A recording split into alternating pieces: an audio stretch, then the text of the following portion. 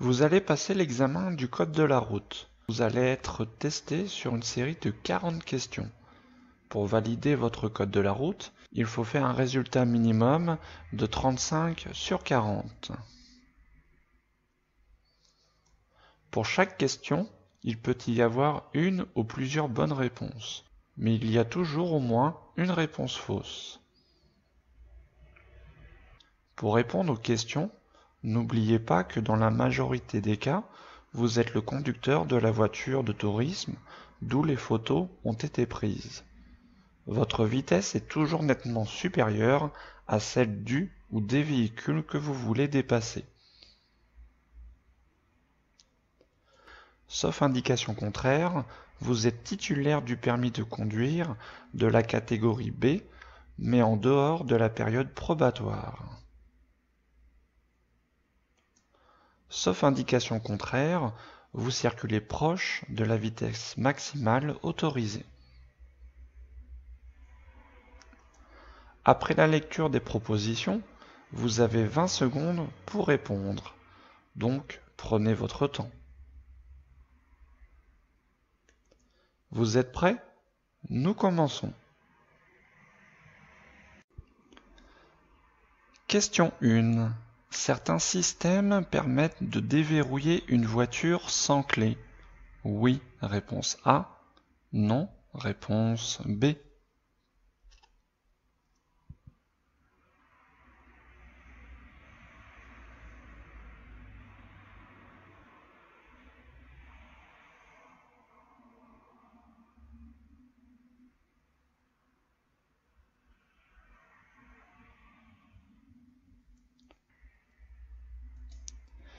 Question 2.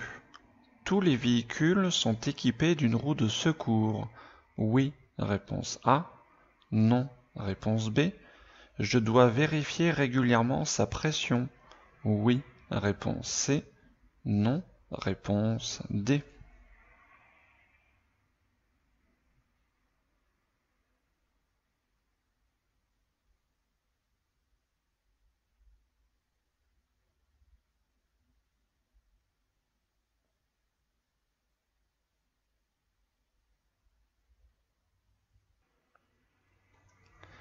Question 3. Ce véhicule représente une zone d'incertitude. Oui, réponse A. Non, réponse B. Je ralentis. Oui, réponse C. Non, réponse D.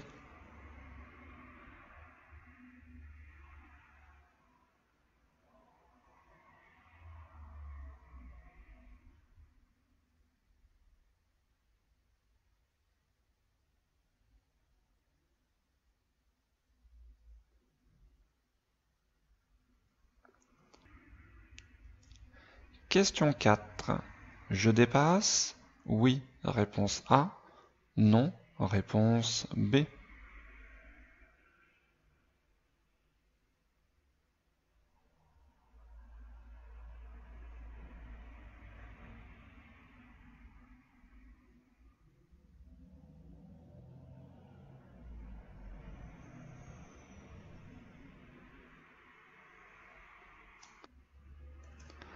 Question 5. L'AFU, aide au freinage d'urgence, permet de raccourcir les distances de freinage. Oui, réponse A. Non, réponse B.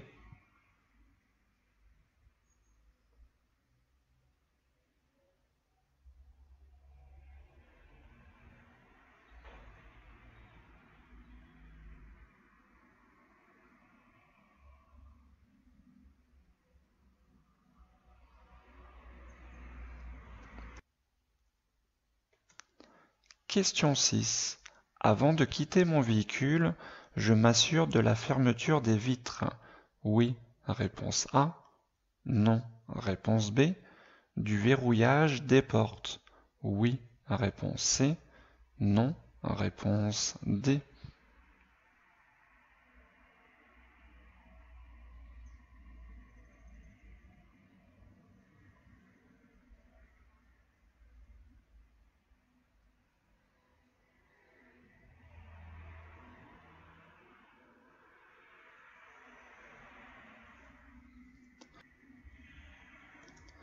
Question 7.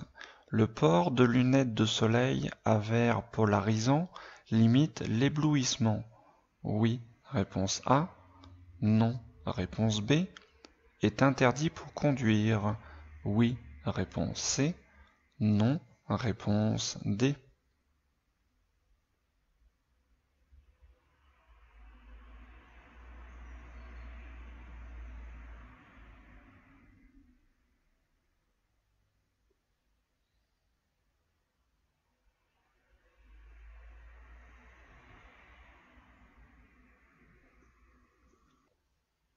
Question 8.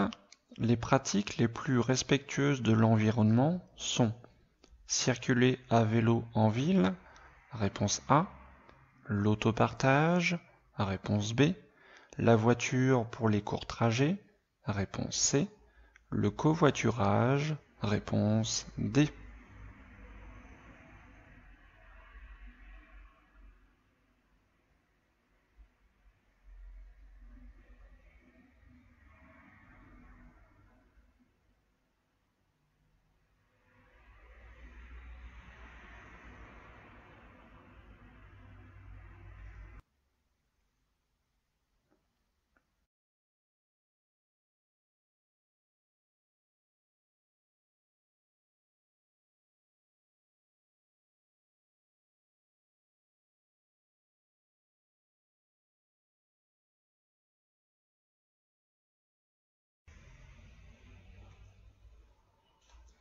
Question 9.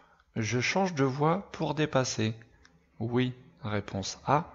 Non, réponse B.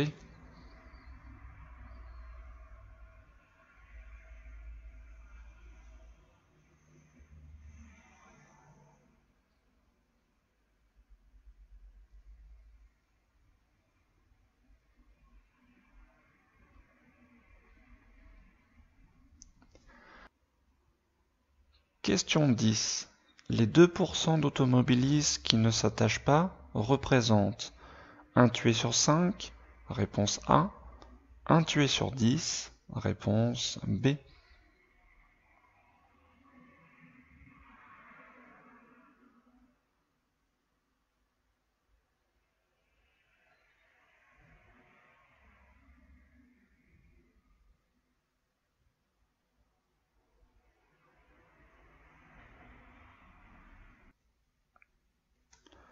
Question 11. La vitesse a un effet sur le champ visuel exploitable. Oui, réponse A. Non, réponse B. La vitesse a un effet sur le temps de réaction. Oui, réponse C. Non, réponse D.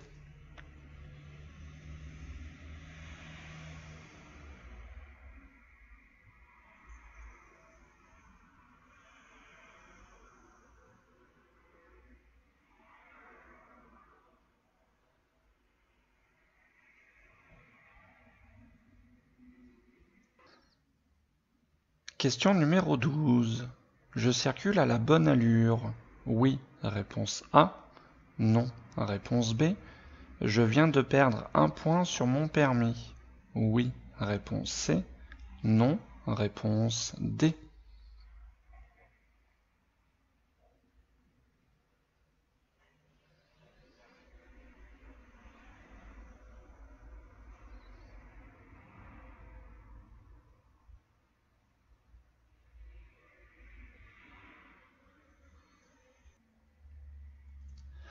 Question 13.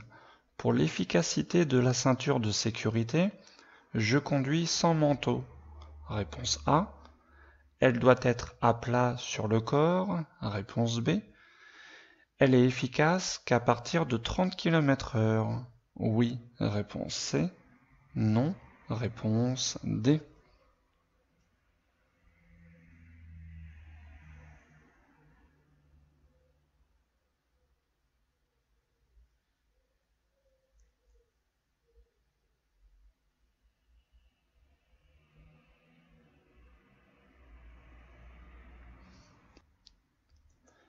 Question 14.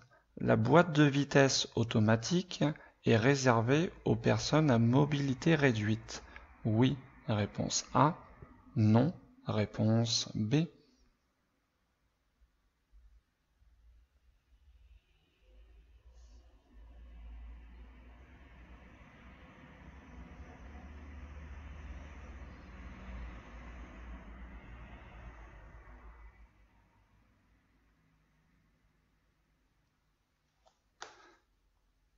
Question 15.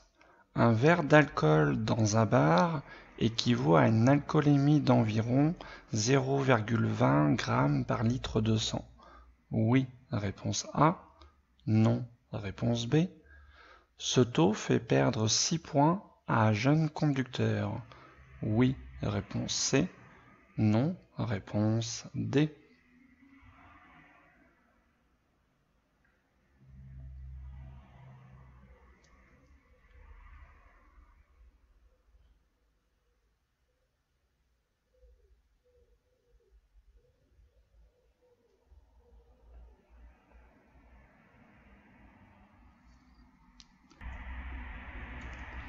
Question 16. Avant de sortir de mon véhicule, je contrôle uniquement le rétroviseur. Réponse A.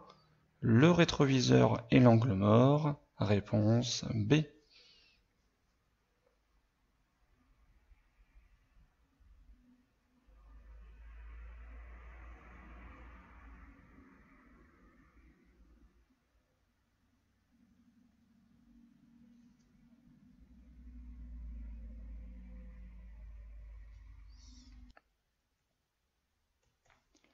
Question 17. En période probatoire, à partir de ces panneaux, ma vitesse est limitée à 80 km/h. Réponse A. 90 km/h. Réponse B. 100 km/h. Réponse C.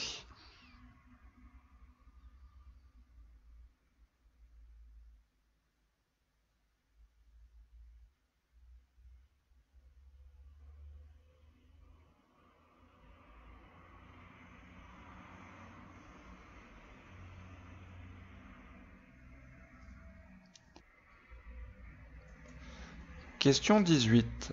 Les motards sont autorisés à remonter les fils de voiture en cas de circulation fluide. Réponse A. Ralenti.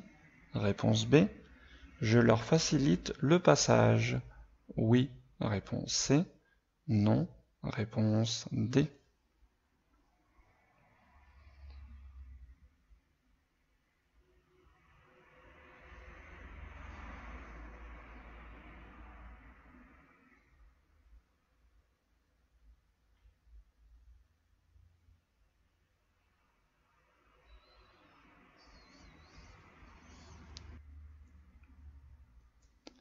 Question 19.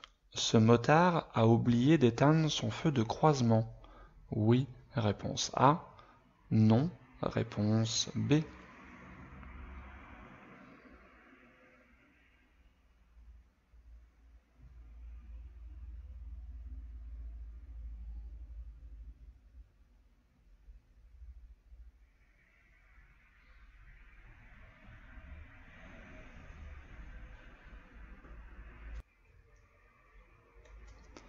Question 20.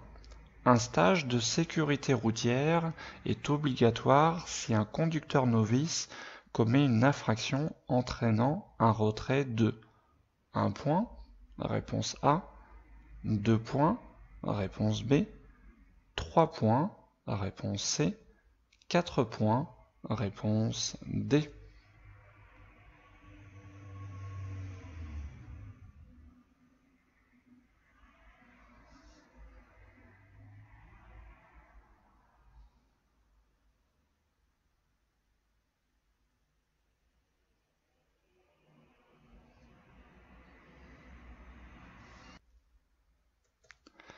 Question 21.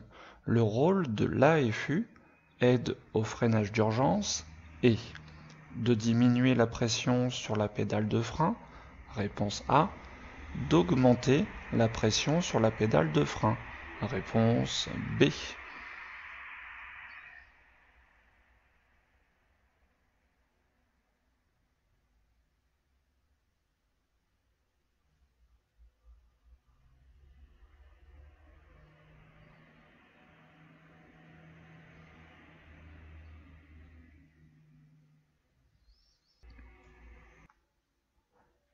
Question 22. La circulation est fortement ralentie devant moi. Pour prendre la prochaine sortie, je peux me placer dans la voie libre à ma droite. Oui, réponse A. Non, réponse B.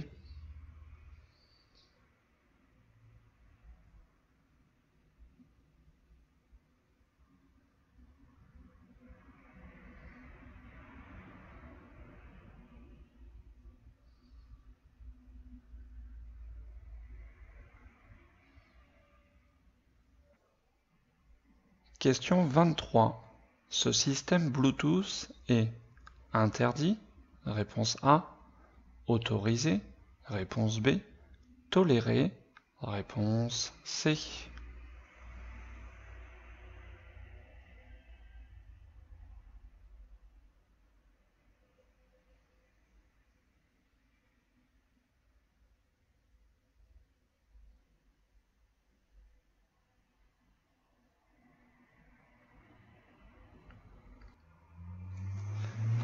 Question 24. Ce piéton est prioritaire. Oui, réponse A. Non, réponse B. Je klaxonne. Oui, réponse C. Non, réponse D.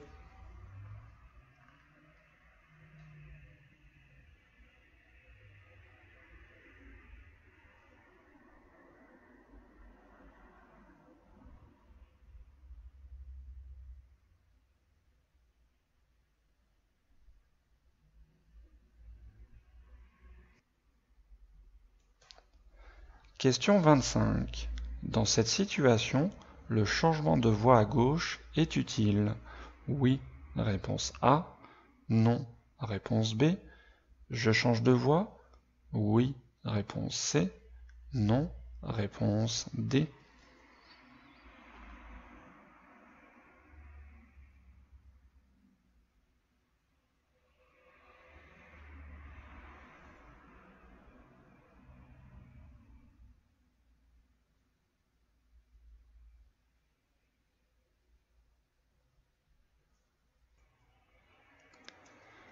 Question 26.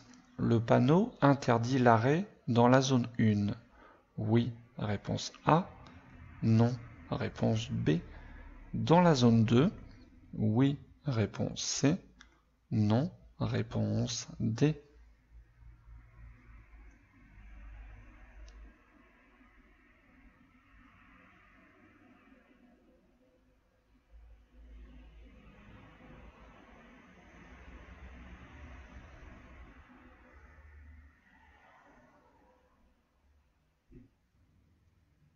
Question 27.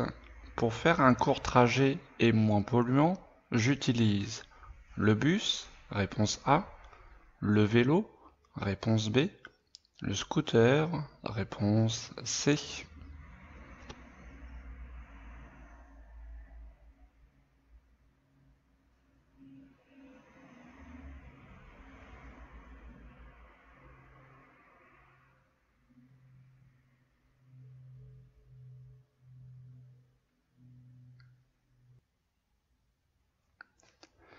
Question 28. Le premier sur les lieux d'un accident, je place mon véhicule. Du côté de l'accident, réponse A. De l'autre côté de l'accident, réponse B. De façon à ne pas gêner les secours, réponse C.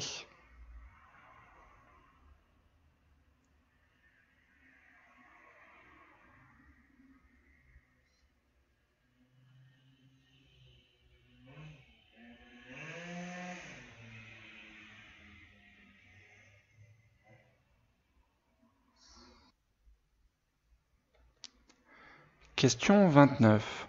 S'arrêter pour laisser passer ce piéton présente un risque. Oui, réponse A. Non, réponse B.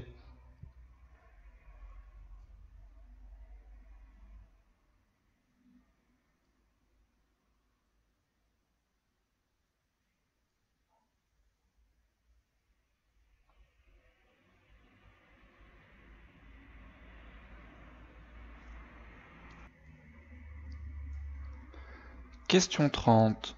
Pour prendre la sortie, Je garde la même allure. Réponse A. Je freine. Réponse B. Je ralentis. Réponse C.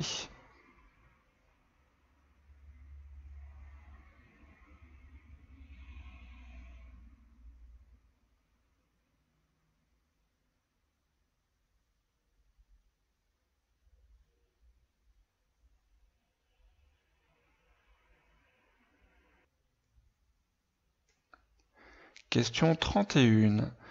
90% des informations passent par la vue du conducteur. Oui, réponse A. Non, réponse B. C'est le cerveau qui construit les images. Oui, réponse C. Non, réponse D.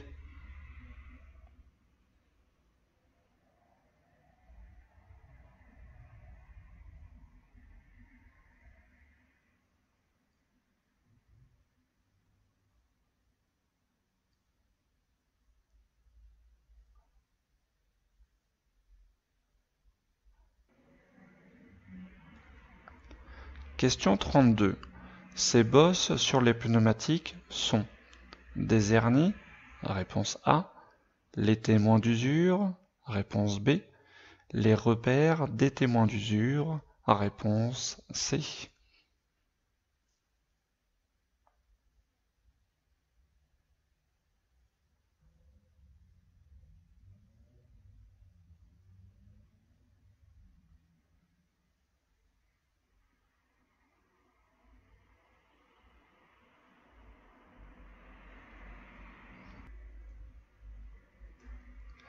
Question 33. Les distances de freinage sont raccourcies si mon véhicule est équipé de l'ABS. Oui, réponse A. Non, réponse B. L'AFU. Oui, réponse C. Non, réponse D.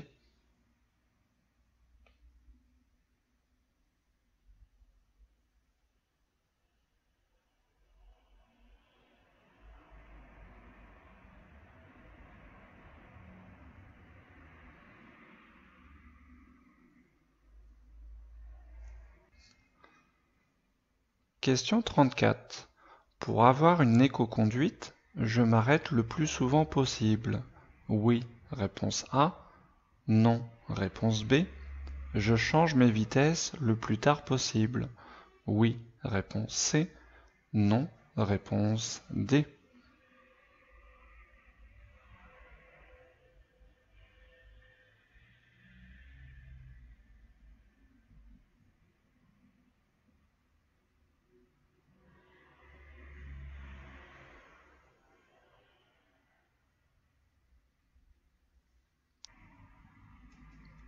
Question 35.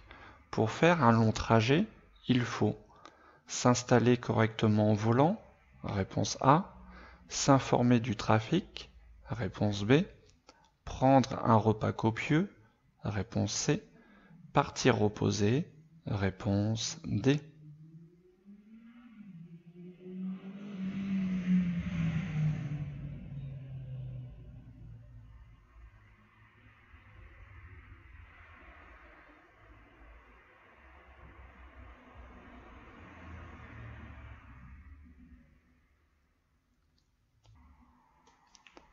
Question 36. Les objets situés sur la plage arrière présentent aucun risque. Oui, réponse A. Non, réponse B. Ils sont toujours arrêtés par les appuis-têtes. Oui, réponse C. Non, réponse D.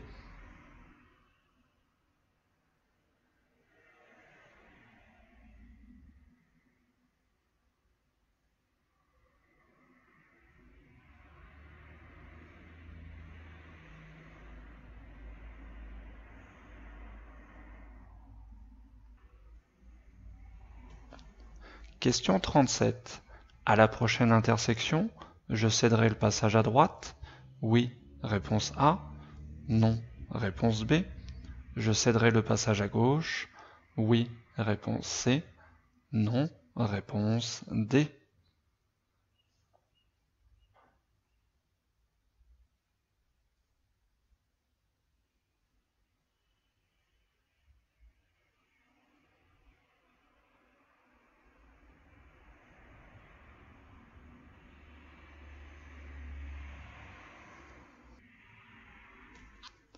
Question 38. Je m'arrête? Oui, réponse A. Non, réponse B.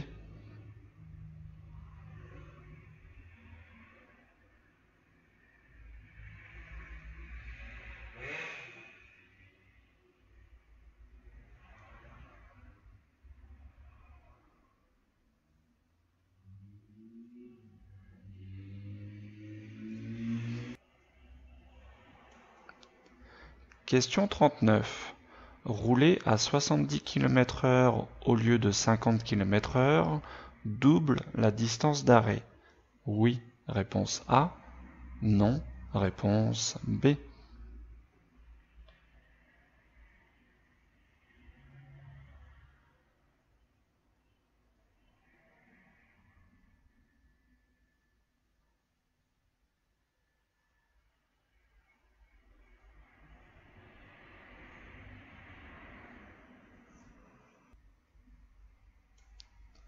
Question 40. Je me déporte pour dépasser. J'ai bien anticipé mon dépassement. Oui, réponse A. Non, réponse B.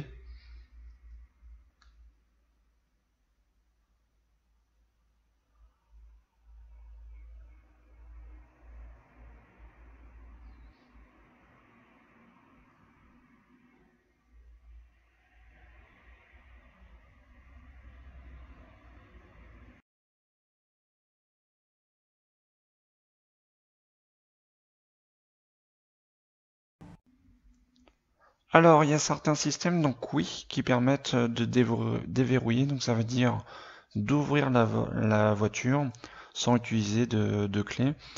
Donc on met, voilà, c'est ce qu'on appelle des petites cartes. Il suffit de les avoir uniquement à portée du véhicule, donc par exemple dans la poche. La voiture détecte la présence de cette clé, de cette carte, et la voiture s'ouvre. Il y a juste besoin d'ouvrir la portière et il n'y a pas de souci. Donc oui, il y a certains systèmes qui permettent de déverrouiller sans clé. Donc bonne réponse A. Alors, tous les véhicules donc ne sont pas équipés d'une roue de secours. C'est pas un élément qui est obligatoire dans une voiture. Par contre, ce qui est obligatoire, c'est d'avoir un moyen donc de lutte entre guillemets contre la crevaison. Donc par exemple, si on n'est pas équipé de roue de secours, il faut avoir donc ce qu'on appelle par exemple une bombe anti-crevaison. Donc non, tous les véhicules n'ont pas obligatoirement une roue de secours. Alors par contre, forcément, si j'ai une roue de secours, il va falloir vérifier régulièrement sa pression. Parce que même si elle ne roule pas, la pression peut donc diminuer de cette roue de secours. Donc oui, si on en est équipé, il faut vérifier sa pression. Donc tous les véhicules n'ont pas de roue de secours B, mais il faut vérifier sa pression. Donc B et C. Alors ce véhicule qui est stationné ici sur le bord de la route, donc qu'est-ce qui représente une zone d'incertitude? Donc une zone d'incertitude, c'est un endroit où on n'est pas sûr forcément de quelque chose, il peut se passer. Alors ce véhicule, on voit bien qu'il a mis son clignotant donc gauche. Donc qu'est-ce qui peut se passer? Il peut tout d'un coup vouloir s'engager. Surtout que ce véhicule, on peut voir qu'il n'a pas rabattu mis son rétroviseur comme il faut. Donc si il tourne pas la tête dans son angle mort pour regarder derrière, il peut ne pas nous apercevoir. Donc oui, on n'est pas sûr et certain de ce que va faire ce véhicule, donc ça représente une zone d'incertitude.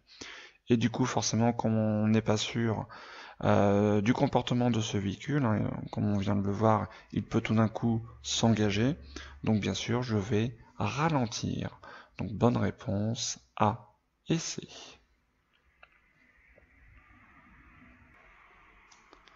Alors, est-ce que je vais dépasser ce cycliste? Donc il y a plusieurs choses avant d'effectuer un dépassement qu'il faut vérifier.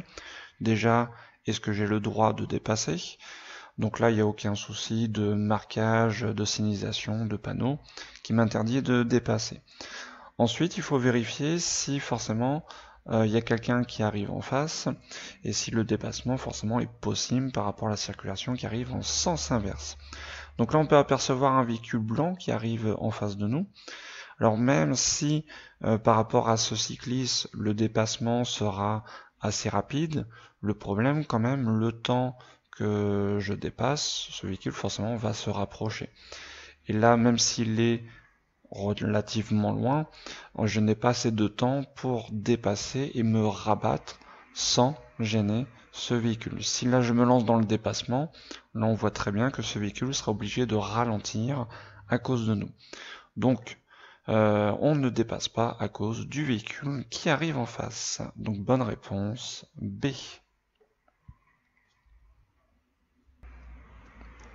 Alors l'AFU, l'aide au freinage d'urgence, donc à quoi il sert? Donc il sert lorsqu'on freine en cas d'urgence, ça porte bien son nom.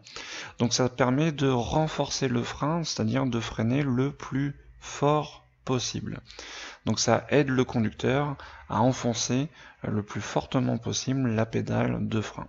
Parce que qu'en cas d'urgence, il faut freiner le plus fort possible pour s'arrêter le plus tôt possible. Donc, est-ce que ça permet de raccourcir les distances de freinage? Donc non. Hein, par rapport à quelqu'un, donc on va comparer deux véhicules, un véhicule qui est équipé de l'AFU et un autre véhicule qui n'est pas équipé de l'AFU.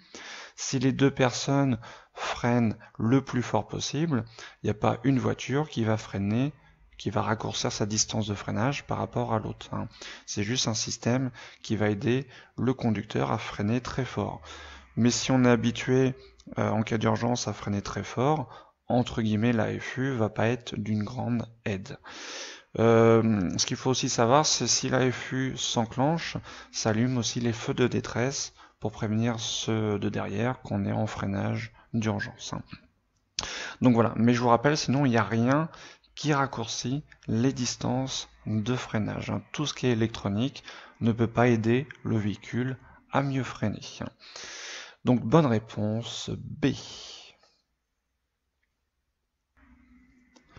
Alors avant de quitter mon véhicule, avant de le laisser, alors bien sûr il faut s'assurer que toutes les vitres du véhicule sont bien fermées pour éviter forcément des vols, hein, soit dans le véhicule ou carrément du véhicule en lui-même.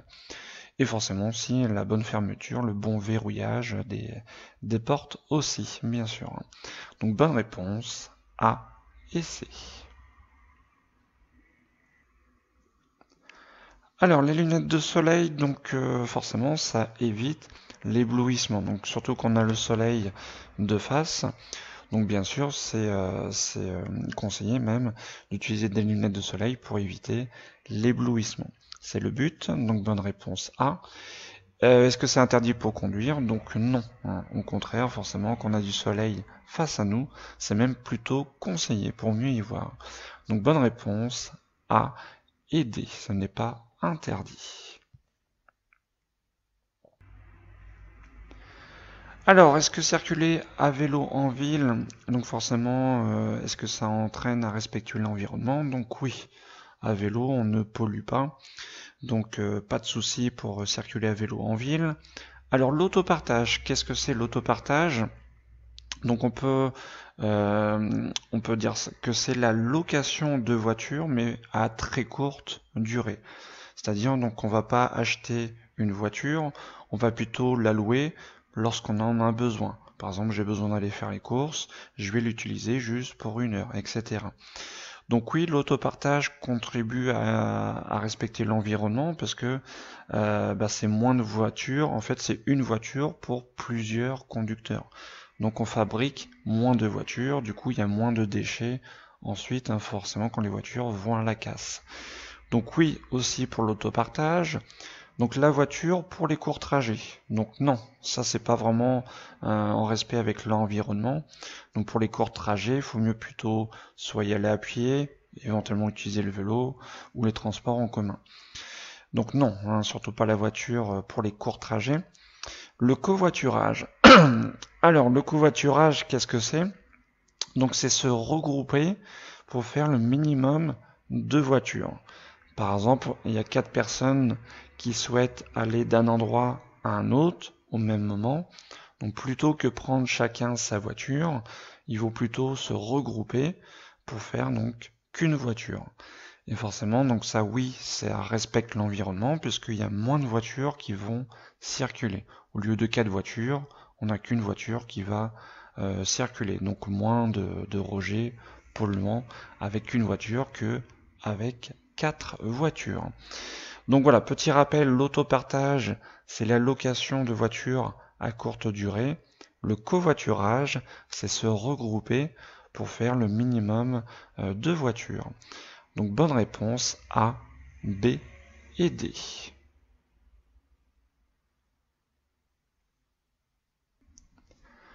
Alors donc sur cette question vidéo, donc on est sur une voie rapide. Donc surtout pour dépasser, qu'est-ce qu'il faut faire? Faut vérifier toujours 3 choses. Première chose, si on a l'autorisation de dépasser. Ici on a les pointillés, donc pas de souci. Deuxième chose à vérifier, donc par rapport en face, par rapport à ce qui se passe, si éventuellement un véhicule qui pourrait arriver en face. Donc là c'est pas possible puisqu'on est sur voie rapide ou une autoroute et du coup on est en sens unique. Comment on le sait? Grâce à cette ligne blanche continue sur la gauche. Et du coup, dernière chose qu'il faut regarder, c'est si derrière il n'y a pas un véhicule qui nous dépasse. Donc comme là c'était une vidéo, il fallait bien regarder donc les rétros pour voir surtout ce qui se passait derrière. Et on peut voir que en regardant la vidéo, au moment où elle s'arrête, il y avait un véhicule qui est en train de nous dépasser, qui se situe à côté de nous dans l'angle mort. Du coup, comme on a un véhicule juste à côté, on ne change pas de voie tout de suite pour dépasser. Donc, bonne réponse, c'était B. Du coup, on va revisionner la vidéo pour revoir ce véhicule qui était derrière nous et qui nous dépasse. Donc, bonne réponse, B.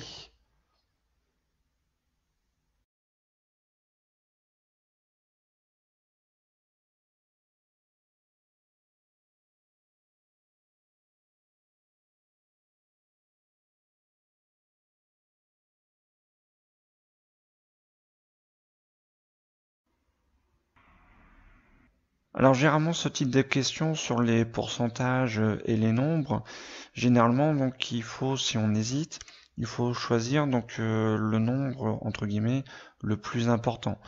En fait, hein, il pose ces questions-là pour un petit peu nous alerter, nous choquer, voilà, hein, même si ça peut paraître beaucoup, voilà, c'est pour vraiment nous alerter, un petit peu nous choquer. C'est vrai que un tué sur 5, ça fait quand même pas mal. Donc bonne réponse A. Alors le champ exploitable, qu'est-ce que c'est? Donc en fait, hein, quand on regarde droit devant soi, donc on voit entre guillemets toujours ce qui se passe à 180 degrés, on a un champ visuel de 180 degrés, mais en fait, notre cerveau va se concentrer juste sur une zone. Donc en fait, hein, tout ce qui va se passer sur les côtés, donc nos yeux forcément l'aperçoivent, mais le cerveau ne peut pas analyser ce qui se passe sur les côtés. Et plus on va rouler vite, plus ce champ visuel, donc ce qu'on appelle exploitable, le cerveau va se concentrer sur une plus petite zone, plus on va rouler vite. Donc oui, la vitesse a un effet sur le champ visuel exploitable. Donc oui. Est-ce que la vitesse a un effet sur le temps de réaction? Alors qu'est-ce que c'est le temps de réaction? C'est le temps qu'on met à réagir. Donc par exemple, là on suit un véhicule et tout d'un coup ce véhicule se met à freiner. Donc le temps de réaction, c'est à partir du moment qu'on va apercevoir ce véhicule qui freine, on va analyser, prendre une décision, donc se dire il faut que je freine aussi, jusqu'au moment où on va agir, on va appuyer sur la pédale de frein. Donc c'est ça le temps de réaction. Et en moyenne, le temps de réaction, il est d'1 seconde. Donc qu'on roule à 2 km/h ou à 130 km/h, le temps de réaction sera toujours à peu près le même, environ 1 seconde. Donc la vitesse n'a pas un effet sur le temps de réaction. C'est pas plus je roule vite, plus mon temps de réaction sera long. Hein. Il est toujours à peu près pareil, d'1 seconde. Donc bonne réponse A et D. Alors nous avons ici donc ce qu'on appelle un radar pédagogique, donc qui informe à la vitesse qu'on roule, et suivant si la vitesse est adaptée ou pas, on a aussi une couleur. Forcément quand c'est vert, c'est que la vitesse est bonne. Si c'est rouge, la vitesse n'est pas adaptée, on est en excès de vitesse. Donc là, c'est affiché en rouge, ça doit être éventuellement limité à 50 km/h, puisqu'on a l'air d'être en ville. Donc c'est pour ça que ça s'affiche en rouge, du coup on n'est pas à la bonne allure. Donc non, on doit être en excès de vitesse. Alors sur ce radar, donc je vous rappelle, c'est un radar pédagogique, ça nous informe en plus que si jamais donc il y aurait réellement un vrai radar, on aurait perdu un point sur notre permis. Donc c'est un radar pédagogique, il est juste là pour informer, il n'est pas là pour punir. Donc non, je ne perds pas un point sur mon permis. Par contre, je risque de perdre un point sur mon permis si je continue à rouler à cette allure. S'il y a vraiment un vrai radar plus loin, oui, je perdrai un point sur mon permis si je continue à la même allure. Donc bonne réponse, donc je suis à la bonne allure, non, mais je ne perds pas de points puisque c'est un radar pédagogique, il est là pour prévenir. B et D. Alors la ceinture de sécurité. Donc oui, pour qu'elle soit efficace, il faut essayer de conduire sans manteau, que la ceinture colle bien au corps. Et justement par rapport à ce corps, donc faut bien que la ceinture soit bien à plat, faut pas qu'elle soit entortillée. Sinon, en cas de choc, ça risque donc l'efficacité de la ceinture, est moindre et on risque aussi de se couper si la ceinture est entortillée. Donc déjà, bonne réponse A et B. Donc je vous rappelle qu'on a ce type de questions. Il faut essayer de voir si chaque réponse est bonne. Là, on ne vous demande pas de choisir entre les deux.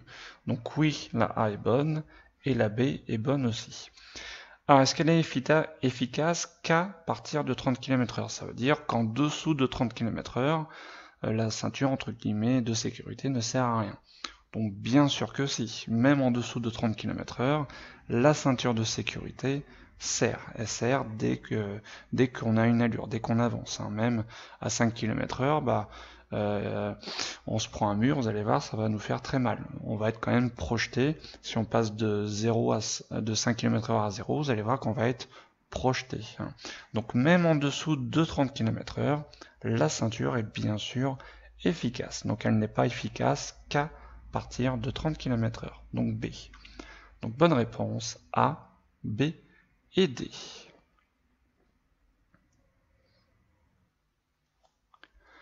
Alors la boîte de vitesse automatique, qu'est-ce que c'est? Donc c'est une boîte de vitesse qui comporte des vitesses, mais les vitesses se passent toutes seules. C'est-à-dire que le conducteur n'a rien à faire. Et sur ce type de voiture, on a juste deux pédales, donc une pédale de frein et une pédale d'accélérateur. Donc il n'y a pas de pédale d'embrayage, c'est la voiture qui gère tout automatiquement. Donc est-ce qu'elle est réservée qu'aux personnes à mobilité réduite? Donc non. Alors c'est vrai que pour les personnes à mobilité réduite, si on a vraiment un handicap physique par rapport au passage de vitesse sur une boîte manuelle, c'est vrai que la boîte de vitesse automatique est l'idéal, mais elle n'est pas réservée qu'à ces personnes-là. Tout le monde peut conduire une voiture à boîte de vitesse automatique. Donc bonne réponse B. Alors un verre d'alcool dans un bar, donc ça soit n'importe quel verre, que ce soit un verre de whisky, une bière ou un verre de vin. Donc oui, ça équivaut à peu près environ à 0,20 g par litre de sang. Donc entre 0,20 et 0,30, voilà, à peu près. Donc je vous rappelle que oui, pour les jeunes conducteurs, donc c'est le taux à ne pas atteindre dans le sang, 0,20. Donc ce qui équivaut à un verre d'alcool. Du coup, pour un jeune conducteur, c'est 0 verre d'alcool. Même avec un verre, on dépasse le taux légal. Et si jamais un jeune conducteur forcément à ce taux-là, donc il entraîne une perte de 6 points. Et je vous rappelle qu'un jeune conducteur, dans sa première année, il a 6 points, et donc 6 moins 6, ça fait 0. Donc un jeune conducteur risque de perdre son permis. Donc oui, le jeune conducteur, il ne faut pas qu'il atteigne 0,20 dans le sang. Donc bonne réponse A et C. Alors avant de sortir mon véhicule, donc il faut que je vérifie si je peux en toute sécurité ouvrir ma portière. Donc pour ça, il faut vérifier s'il y a quelqu'un à côté de moi ou pas. Donc on va vérifier bien sûr le rétroviseur extérieur, mais il faut aussi tourner la tête pour vérifier l'angle mort. Vous voyez, là on a un véhicule qui est juste à côté de nous. Je ne l'aperçois pas dans le rétro, ce véhicule gris. Donc on aperçoit un véhicule vert, mais il est très loin. Le véhicule gris foncé qui est juste à côté, voilà, on ne l'aperçoit pas. Il faudrait tourner la tête pour l'apercevoir dans l'angle mort. Donc c'est le rétroviseur et l'angle mort. Réponse B. Alors ici nous nous situons sur une voie rapide ou une autoroute. On le voit grâce au terre-plein central et qu'on est en sens unique. Donc sur ces routes-là, donc même si au pire des cas on est sur une voie rapide, une route à accès réglementé, donc c'est 110 km/h pour les conducteurs confirmés et 100 km/h pour les jeunes conducteurs. Donc c'est-à-dire en période de permis probatoire. Alors ici par contre on a une limitation, à cause de travaux, limitée à 90. Donc là la vitesse est rabaissée. Et quand c'est une vitesse rabaissée, elle est valable pour tout le monde. Par exemple, sur route normale, au lieu de 80, c'est rabaissé à 70 par exemple. Donc 70, ce sera pour tout le monde 70. Donc là, ce qui est le cas, c'est une vitesse qui est rabaissée, donc tout le monde doit au maximum rouler à 90 km/h, ce soit les conducteurs confirmés comme les conducteurs en période probatoire. Donc la vitesse est limitée à 90 km/h. Voilà, il ne faut pas confondre sur les routes normales où c'est rabaissé à 80 km/h. Donc ici, 90 pour tout le monde. Donc bonne réponse B. Alors les motards dans certains départements, donc oui, sont autorisés à remonter les fils de voitures en circulation, c'est-à-dire comme ici, ils passent entre les véhicules. Par contre, ils ont le droit uniquement, forcément, quand la circulation est ralentie, forcément. Donc quand ça roule normalement, ce qu'on appelle une circulation fluide, forcément ils n'ont pas le droit de faire ça, ce serait trop dangereux. Donc seulement en circulation ralentie. Et bien sûr quand c'est le cas, on va leur faciliter le passage. On va se décaler légèrement sur la droite pour faciliter le passage à ces motards. Donc bonne réponse, B et C. Alors ce qu'il faut savoir, c'est que les motards donc, ont toujours leur feu de croisement allumé, même en plein jour. Pourquoi? Ça permet de les différencier par rapport aux véhicules, aux voitures par exemple, normaux. Si je vois par exemple donc je suis en train de conduire et je vois un feu derrière moi, tout de suite je vais y prêter plus attention qu'un véhicule forcément qui n'est pas allumé. Donc comme ça on arrive mieux à repérer donc ces motards. Donc non, hein, même les motards, de jour, ils laissent leur feu de croisement allumé. Donc est-ce qu'il a oublié de l'éteindre? Donc non. Bonne réponse B. Alors pour un conducteur novice, donc je vous rappelle sinon, petite parenthèse, un conducteur confirmé, hein, qui n'est plus jeune permis, donc il effectue un stage quand bon lui semble. Par exemple, quelqu'un qui lui reste que 1 point sur son permis, il n'a pas envie d'effectuer un stage, c'est comme il veut. Forcément, il prend entre guillemets un très gros risque parce qu'un point, ça tient pas à grand chose. Mais voilà, on fait comme on veut si on est conducteur confirmé.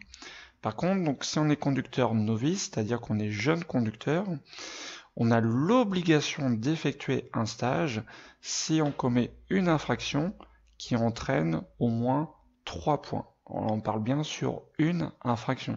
C'est pas si on perd 1 point, plus 1 point, plus 1 point, etc. Là, on parle bien sur une infraction. Donc forcément, c'est sur, entre guillemets, quand même les grosses infractions. Donc à partir de 3 points.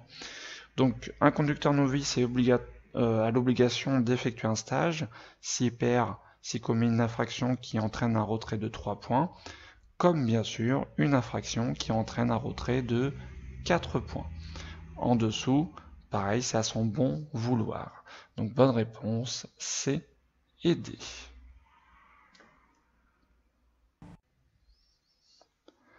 Alors l'aide au freinage d'urgence, donc l'AFU, à quoi ça sert? Donc c'est en cas d'urgence.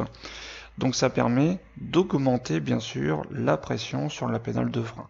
Si ce serait l'inverse, de diminuer la pression, on ne freinerait pas assez fort et ce serait forcément très dangereux. Donc c'est plutôt d'augmenter la pression sur la pédale de frein pour freiner le plus fort possible. Donc bonne réponse B.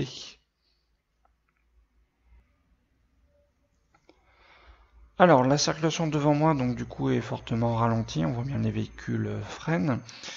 Et je souhaite prendre du coup la prochaine sortie qui doit être un petit peu plus loin. Alors du coup, est-ce que je peux prendre la voie qui est libre à ma droite, c'est-à-dire cette voie-là? Donc cette voie-là, qu'est-ce que c'est? On la reconnaît grâce au au long trait. Donc ici, c'est la bande d'arrêt d'urgence. La bande d'arrêt d'urgence, on l'utilise qu'en cas d'urgence, en cas de panne, etc. Donc non, même si éventuellement la sortie est assez proche, je n'utilise pas, je n'ai pas le droit de rouler sur une bande d'arrêt d'urgence. Dans ce cas-là, il faut être patient, ça va avancer. Voilà, mais on ne roule pas sur une bande d'arrêt d'urgence. Bonne réponse B.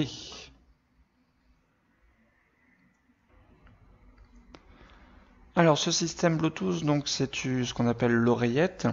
Donc maintenant elle est interdite pour conduire. Pourquoi? Parce que donc l'oreillette, on entend moins bien ce qui se passe autour de nous. Donc si par exemple il y a quelqu'un qui klaxonne, etc. On doit pouvoir très bien entendre ce qui se passe autour de notre véhicule. Donc le seul système donc, qui est autorisé Bluetooth, c'est le système donc, qui est embarqué dans les voitures. Donc on connecte le téléphone à la voiture. Et on entend dans les haut-parleurs du véhicule. Donc non, ce système est interdit. Et comme il est interdit, il n'est pas toléré. Donc bonne réponse A.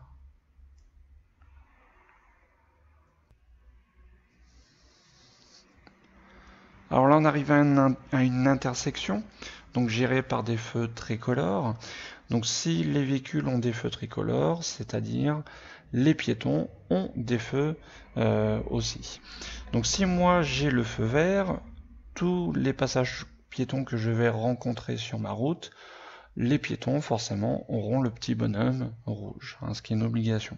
Par contre attention, si on tourne à droite, le feu des voitures est rouge, donc le feu des piétons sur les autres routes seront verts. Mais par contre, donc ce piéton, est-ce qu'il est prioritaire? Donc non, moi j'ai le feu vert, donc ce piéton a obligatoirement son petit bonhomme rouge. Donc bien sûr, il n'est pas prioritaire. Est-ce que pour autant je vais klaxonner? Donc non, dans cette situation, il faut être courtois. Ok, il n'a pas à traverser, mais bon, c'est pas une raison à klaxonner. Je vous rappelle, le klaxon en ville, c'est seulement en cas de danger immédiat. C'est-à-dire qu'on ne peut pas éviter le danger autrement par le klaxon. Là, bien sûr, on peut éviter le danger. Il suffit de ralentir, de laisser passer ce piéton, et on reprend notre chemin. Donc on n'a pas accès à klaxonner. Donc ce piéton est prioritaire, donc non, mais je ne klaxonne pas. Bonne réponse, B et D. Alors dans cette situation, est-ce que le changement de voie sur la gauche est utile? Donc ici on arrive à une voie d'insertion, donc c'est-à-dire qu'il y a des véhicules qui arrivent de notre droite et qui souhaitent s'insérer sur notre voie. Donc quand surtout il y a beaucoup de véhicules, bien sûr c'est utile de se positionner dans la voie de gauche, comme ça laisse libre cette voie de droite où ils souhaitent s'insérer. Donc bien sûr, c'est très utile par rapport à ces véhicules qui souhaitent s'insérer. Du coup, comme c'est utile, je vais forcément changer de voie. Par contre, je vous rappelle, attention, avant de changer de voie, on vérifie si on peut le faire. Comment on peut vérifier ça? Dans les rétros. Donc dans ce rétro, aucun véhicule me dépasse. Le rétroviseur intérieur, aucun véhicule me dépasse. Donc oui, je peux changer de voie. Donc oui, c'est utile et je change de voie. Donc A et C.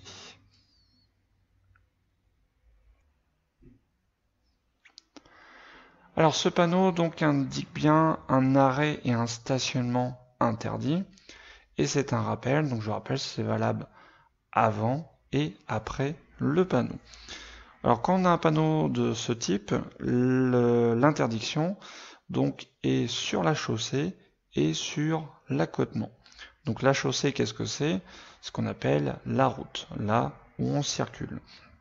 Et l'accotement, donc c'est tout ce qui est en dehors de la route, donc soit le trottoir, soit l'herbe, etc.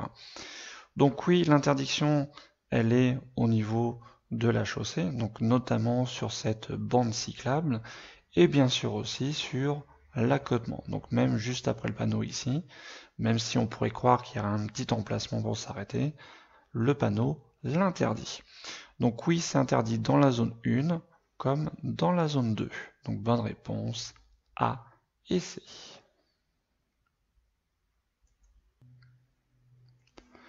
Alors pour faire un court trajet, donc c'est-à-dire forcément très peu de kilomètres, donc je vais utiliser de préférence. Alors le bus et surtout donc voilà, ce qui est important aussi, c'est le moins polluant. Donc le bus, les transports en commun, donc c'est bien, mais c'est vrai que pour faire un court trajet, c'est pas forcément l'idéal. Et le problème du bus, c'est que ça pollue. Le scooter, donc le scooter, pareil, ça se faufile entre les voitures, etc. Mais ça pollue aussi, hein, puisque le bus comme le scooter ont des moteurs. Donc l'idéal, forcément, pour faire un court trajet et moins pollué, c'est bien sûr le vélo. Bonne réponse B. Alors, si j'arrive le premier sur les lieux d'un accident, donc la première chose à faire, ça va être de protéger cet accident. C'est-à-dire, pourquoi protéger? Pour pas que, à cause de ce premier accident, qu'il engendre un autre accident. Forcément, pour pas déjà aggraver ce qui vient déjà de se passer. Alors pour protéger, donc si forcément j'ai un véhicule, je vais mettre mon véhicule forcément juste devant l'accident qui vient de se produire. Par exemple, si on a une personne à terre, il va falloir la protéger. Donc déjà, protéger en signalant. En signalant donc avec mon véhicule, je peux allumer les feux de détresse, puis mettre le triangle. Mais aussi voilà, pour protéger, si jamais il y a quelqu'un qui roule, on ne sait jamais trop sur la droite, on va préférer qu'il percute mon véhicule que plutôt éventuellement la personne qui pourrait être à terre. Donc ça c'est une question de logique, forcément je vais placer mon véhicule du côté de l'accident pour le protéger. Et ensuite forcément je vais mettre mon véhicule de façon à ne pas forcément gêner les secours, hein, bien sûr. Donc bonne réponse A et C. Alors ici on arrive à une intersection gérée par un feu tricolore hein, qui se trouve au vert.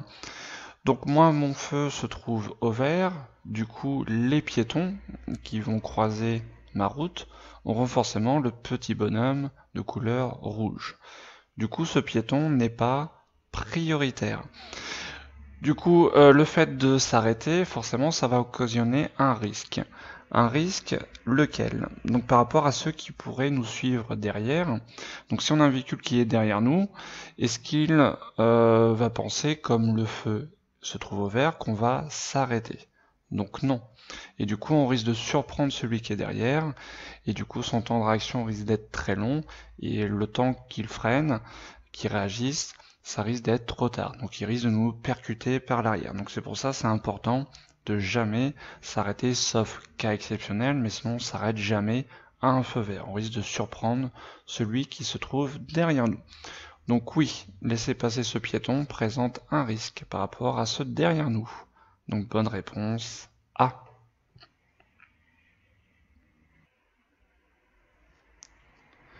Alors ici je souhaite prendre cette sortie.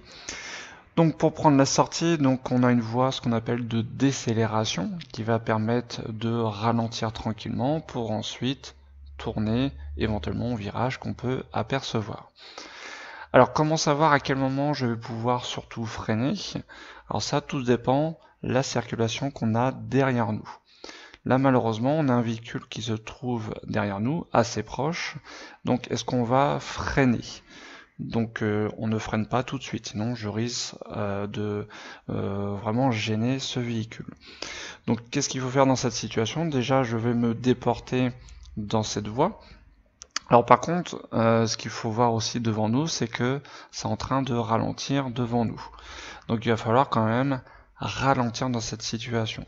C'est vrai que l'idéal, ça aurait été de garder la même allure pour pas gêner celui qui est derrière. Et une fois placé dans cette voie de décélération, là éventuellement ralentir, freiner. Mais là, comme les véhicules devant nous se mettent à freiner, à ralentir, si je garde la même allure, je risque de les percuter. Donc là, je vais juste simplement ralentir, c'est-à-dire ralentir, c'est arrêter d'accélérer. En aucun cas, je vais freiner pour ne pas surprendre ni gêner celui qui est derrière. Et une fois que je serai vraiment entièrement dans la voie, là, je vais pouvoir freiner pour ralentir. Donc bonne réponse, C, je ralentis. Alors oui, un bon conducteur, donc forcément, la plupart des informations vont passer par la vue. Alors après, il y a d'autres sens, forcément, donc au niveau du son, voilà, si on entend un coup de klaxon, etc., une moto qui arrive très vite, voilà. Donc il y a d'autres sens, bien sûr, mais principalement, donc oui, 90% des informations liées à la conduite passent par la vue, bien sûr. Et forcément, donc les yeux aperçoivent des images, mais bien sûr, c'est le cerveau qui constitue les images. Donc c'est pour ça, il faut bien être attentif, pas être fatigué, etc., être en bonne condition physique pour justement bien construire ces images et pas faire de bêtises. Donc bonne réponse A et C. Alors ces petites bosses donc elles sont situées donc sur la bande de roulement du pneu, c'est-à-dire où le pneu roule et en contact avec la route. C'est pas sur le côté du pneu. Alors à quoi servent ces petites bosses?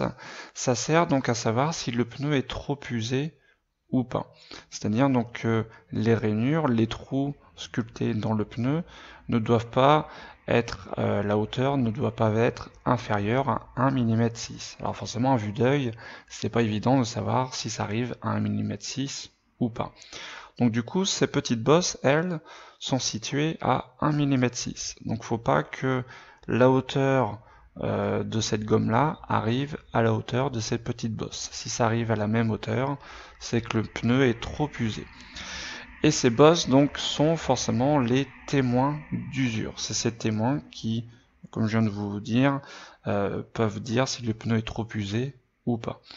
Donc des hernies, donc ça c'est des petites bosses, des petites bulles qui peuvent se former. Donc ça généralement c'est sur le flanc des pneus. Et les repères des témoins d'usure, donc ça c'est ce qu'on a sur les côtés. Donc c'est pour savoir justement où se trouvent ces témoins d'usure. Donc bonne réponse B.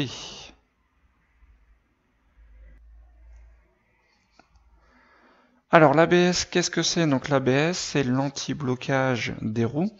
Donc ça sert lors d'un freinage, d'un gros freinage d'urgence. Ça sert à pas bloquer les roues et du coup de garder le contrôle de la trajectoire pour éviter que le véhicule dérape. L'AFU, donc c'est l'aide au freinage d'urgence. Ça permet donc de renforcer la pression sur la pédale de frein pour freiner le plus fort possible. Mais ces deux équipements ne permettent pas de raccourcir les distances de freinage. Donc tout ça c'est de l'électronique, il n'y a rien au niveau électronique qui va permettre de raccourcir les distances de freinage. On peut comparer un véhicule qui est équipé de l'ABS et l'AFU par rapport à un véhicule qui n'est pas équipé de ces systèmes, la distance de freinage sera la même. D'accord ? Donc c'est juste des gains de sécurité pour éviter surtout de déraper, de perdre le contrôle du véhicule. Donc B et D.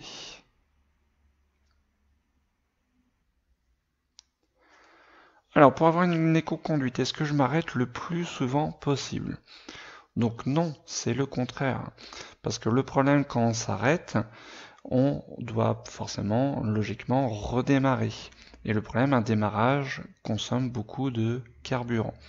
Donc il faut essayer de s'arrêter le moins souvent possible. Donc réponse B, je change mes vitesses le plus tard possible. Donc le problème, si je change mes vitesses assez tard, mon moteur va tourner très vite. Ce qu'il faut savoir, c'est un moteur, plus il tourne vite, plus il va consommer de carburant. Donc c'est plutôt le contraire, on va essayer de changer les vitesses le plus tôt possible, pour que le moteur tourne entre guillemets le moins vite possible. Donc bonne réponse, c'était B et D.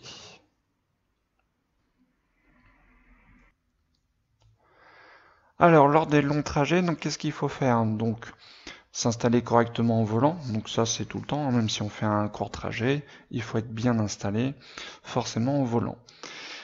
S'informer du trafic, donc c'est mieux, pour savoir donc s'il y a des bouchons, etc. Donc pour pouvoir partir forcément plus décontracté, justement éviter les bouchons pour que le trajet dure le moins longtemps possible. Donc oui, prendre un repas copieux, alors forcément pour conduire, surtout si on fait un long trajet, il faut quand même manger, mais pas prendre un repas copieux. Pourquoi? Parce que la digestion va être assez difficile et on sait bien que donc une bonne digestion, ça fatigue. Donc non, on prend un repas, on va dire, normal, mais pas un repas copieux. Et bien sûr, il faut mieux partir reposé, parce que partir fatigué, forcément, surtout pour un très long trajet, ça va être compliqué. Donc bonne réponse A, B et D.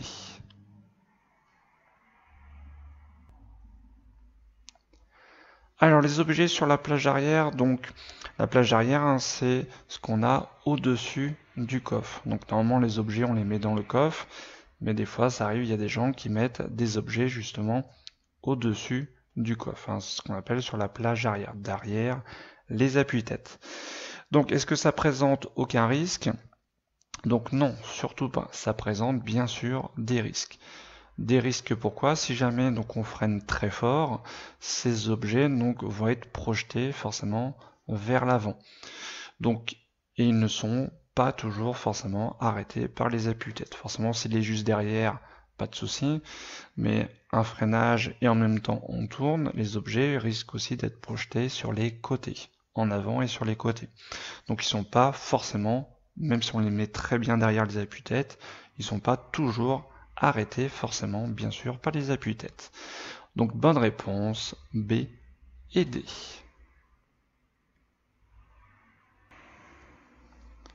Alors ce panneau, qu'est-ce qu'il annonce? Donc c'est un panneau de danger avec sa petite croix, donc ça annonce une intersection où tout le monde devra céder le passage à sa droite.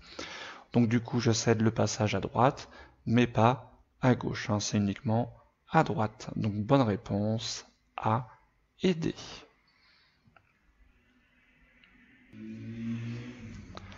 Alors dans ces questions, donc juste je m'arrête ou je passe, qu'est-ce qu'il faut faire? Il faut bien regarder toute l'image pour décortiquer s'il n'y a pas un petit indice entre guillemets caché. Donc là ce qui nous intéresse surtout, c'est ce piéton qui est face à un passage pour piéton. Et qu'est-ce qu'il s'apprête à faire? Oui, il a une jambe sur la chaussée, donc il va s'apprêter à traverser. Sauf que le problème, il ne regarde pas de notre direction, donc il nous voit peut-être pas. Donc bien sûr, ici, on va s'arrêter pour laisser passer ce piéton. Donc bonne réponse, A.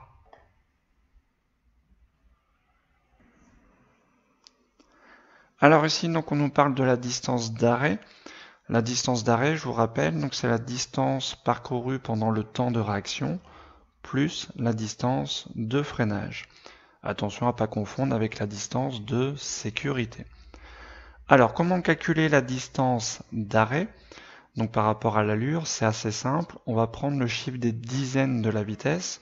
Donc par exemple à 50 km/h, le chiffre des dizaines c'est 5. Et on va le multiplier par lui-même. 5 fois 5, ça fait 25. Donc ce qui nous donne à 50 km/h une distance d'arrêt de à peu près, forcément c'est environ 25 mètres. Donc 25 mètres à 50 km/h. Ensuite à 70, 7 fois 7, ça nous donne 49. 49, 50, voilà, c'est à peu près environ. Donc 25 mètres pour s'arrêter à 50, 49 mètres pour s'arrêter à 70, on double bien la la distance d'arrêt. Hein. On passe de 25 multiplié par 2, ça nous donne 50. Hein. Donc la distance d'arrêt est bien doublée à 70 par rapport à 50. Donc bonne réponse A.